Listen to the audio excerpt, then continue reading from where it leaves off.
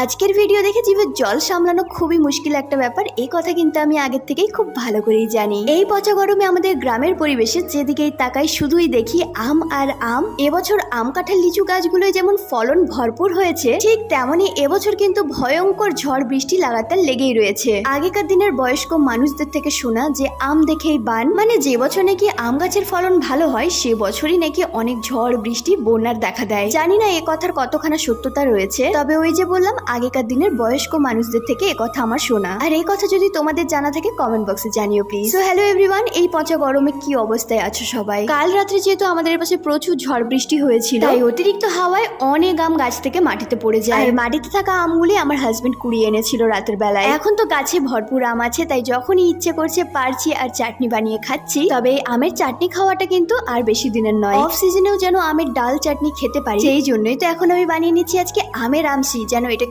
অনেক দিন স্টোর করে রাখতে পারি। আম থেকে আমসি বানানোর পদ্ধতিটা কিন্তু খুবই সহজ। প্রথমেই আমগুলোকে ছিলে মাঝ বরাবর ফালি করে এক পিসে লম্বা করে 2 থেকে 3 টুকরো করে নিয়েছিলাম। এরপরে এই টুকরো করা আমগুলোকে পরিষ্কার জলের মধ্যে বেশ ভালো করে ধুয়ে নিয়েছিলাম এবং একটা বড় সাইজের কুলোর মধ্যে সব আমগুলোকে ঢেলে নিলাম। এরপরে বেশ অনেকখানা নুন দিয়ে আমগুলোর গায়ে ভালো করে মাখিয়ে নিয়েছিলাম। মাখানোর সময় তো প্রচুর লোভ লাগছিল, তাই এক টুকরো আম আমার মুখে দিলাম এবং মুখে দিয়ে আমি এটাই ফিল করলাম যে এই আম খাওয়ার যোগ্য মানুষ আমি আসলেই না, এই আম খাওয়ার তো যোগ্য পাত্রী আসলেই আমার পাগলিয়ে দিই। তো যাই হোক, এই আমগুলোকে রোদে দিয়ে এবারে